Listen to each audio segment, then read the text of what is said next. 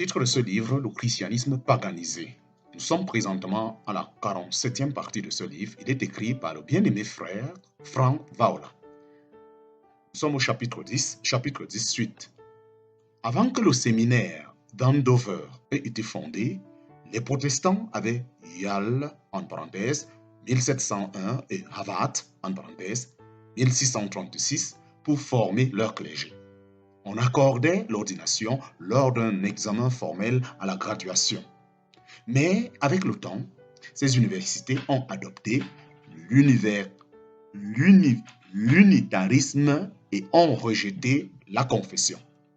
Mais avec le temps, ces universités ont adopté l'unitarisme et ont rejeté la confession chrétienne orthodoxe.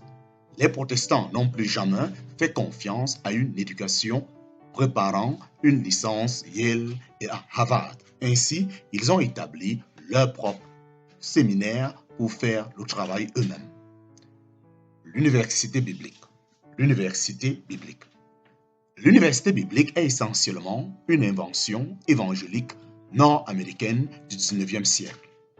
Une université biblique est un croisement entre un institut biblique, en parenthèse, centre de formation, et une école d'art libérale chrétienne. Ces étudiants se forment dans la religion et pour le service chrétien. Les fondateurs des premières universités bibliques ont été influencés par les pasteurs H.J. Gunness, en parenthèse, 1835-1910, et Charles Spurgeon, en parenthèse, 1834-1892, de Londres. En réponse au revivalisme de D.L. Moody, en parenthèse 1837-1899, le mouvement d'université biblique s'est développé vers la fin du 19e siècle et début du 20e siècle. Les deux premières universités bibliques étaient l'Institut de formation de missionnaires, en parenthèse, Université de Nyack, New York, en 1882, et l'Institut Moody de Chicago en 1886. Leur concentration était de former le laïc ordinaire en ouvrier chrétien à temps plein. Qu'est-ce qui a mené à la fondation de l'université biblique? Depuis le milieu du 19e siècle, peu d'attention avait été portée aux valeurs chrétiennes traditionnelles comme partie intégrale d'une éducation plus élevée. La théologie libérale commença à dominer les universités de l'État à travers l'Amérique. Face à ces éléments, la demande de missionnaires, de dirigeants, de parents ecclésiaux et de ministres a provoqué la création de l'université biblique pour équiper les appelés d'une éducation biblique. Ainsi, aujourd'hui, il y a plus de 400 écoles et universités bibliques aux États-Unis et au Canada. En bref, l'université biblique est une version de ligue mineure du séminaire. École du dimanche. École du dimanche. École du dimanche. L'école du dimanche est également une invention relativement moderne, apparue en 1700 ans après le Christ. Un éditeur de journal appelé le Robert Redcar, en parenthèse 1736-1811, de Grande-Bretagne est reconnu comme le fondateur de l'école du dimanche. Redcar a fondé une école dans la ruelle de Scott à Gloucester pour les enfants pauvres. Redcar n'a pas fondé l'école du dimanche à des fins d'instruction religieuse. Au lieu de cela, il a fondé pour enseigner à de pauvres enfants les fondations de l'éducation. Redcar était concerné par le bas niveau d'instruction et de la mortalité parmi les enfants communs. Plusieurs des enfants qui allaient à son école étaient les victimes d'abus sociaux et d'employeurs. Puisque les enfants ne pouvaient pas lire, il était facile pour d'autres d'en tirer profit. Leur année 1780 fut une décennie d'innovation. Le moteur à vapeur était le symbole principal du progrès. L'école le dimanche est apparue dans ce climat. Bien que Redcar ait été laïque anglican, l'école du dimanche a décollé comme traînée de poudre, entraînant des baptistes, des congrégationnistes et des églises méthodistes dans l'ensemble de l'Angleterre. Le mouvement d'école le dimanche atteignit le haut de la crête quand il a frappé les États-Unis. La première école de dimanche à apparaître en Amérique fut en Virginie en 1785. Alors, en 1790, un groupe de Philadelphiens a formé la Société d'école de dimanche. Son but était de fournir l'éducation aux enfants indigents afin de les garder hors des rues le dimanche. Au XVIIIe et XIXe siècle, beaucoup d'écoles de dimanche fonctionnaient séparément des églises. La raison, les pasteurs ont estimé que le laïc ne pouvait pas enseigner la Bible. Dans le milieu des années 1800, des écoles de dimanche se répandaient loin dans l'ensemble de l'Amérique. En 1810, l'école de dimanche a commencé à se détourner de l'effort philanthropique pour se diriger vers un mécanisme évangélique. D.L. Moody est reconnu pour avoir popularisé l'école de dimanche en Amérique sous l'influence de Moody. D.L. Moody est reconnu pour avoir popularisé l'école de dimanche en Amérique. Sous l'influence de Moody, l'école de dimanche est devenue la base de recrutement primaire pour l'Église moderne.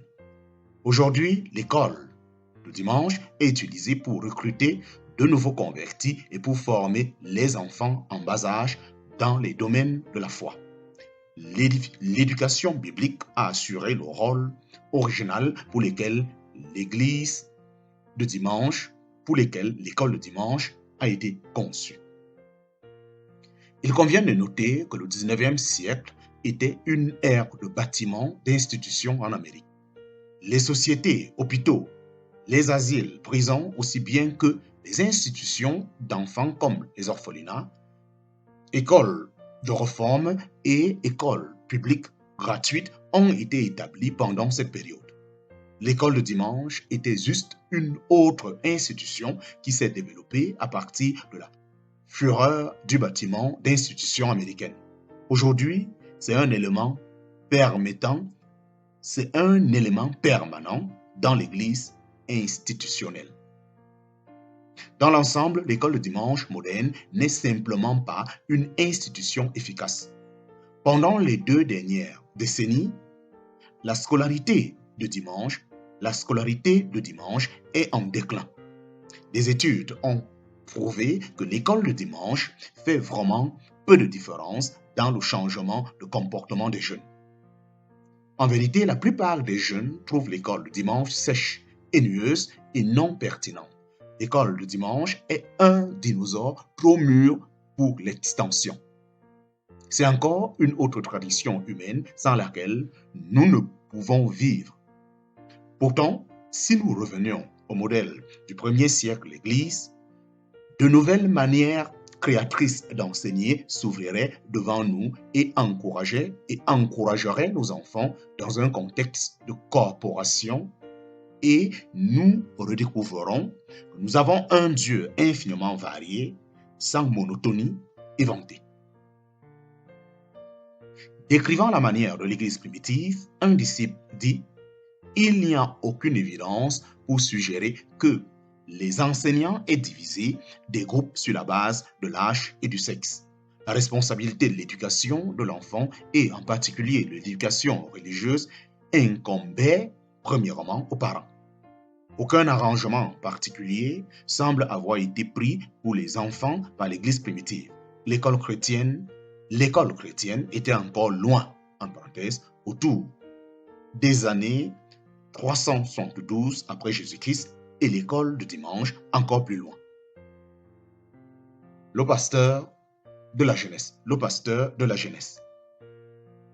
Sur le point de tracer l'origine de l'école du dimanche, prenons un détour et déterrons les racines brumeuses du pasteur de la jeunesse. En 1905, G. Stanley Hall a popularisé le concept de l'adolescence comme étant distinct d'un jeune adulte et d'un enfant plus âgé. Alors, dans les années 40, le thème adolescent a été revalorisé. Et pour la première fois, une culture secondaire distincte de la jeunesse a été créée. Les personnes âgées de 13 à 19 ans n'étaient plus simplement des jeunes, elles étaient maintenant des adolescents. Après la Deuxième Guerre mondiale, en parenthèse 1945 et après, les Américains ont développé un grand intérêt pour les jeunes de leur nation. Cet intérêt déborda au-delà des murs de l'Église chrétienne. Les rassemblements de la jeunesse dans les années 30, travaillant sous la bannière Jeunesse pour le Christ, ont engendré une organisation para-ecclésiale avec le même nom autour des années 1945. Avec l'afflux de ces nouvelles créatures appelées adolescents est venue l'idée que quelqu'un devait travailler avec elles. Ainsi a été inventé le ministre professionnel de la jeunesse. Ainsi a été inventé le ministre professionnel de la jeunesse. Le pasteur de la jeunesse a commencé à émerger dans les grandes églises urbaines dans les années 30 et 40. Il s'est alors étendu aux banlieues dans les années 60.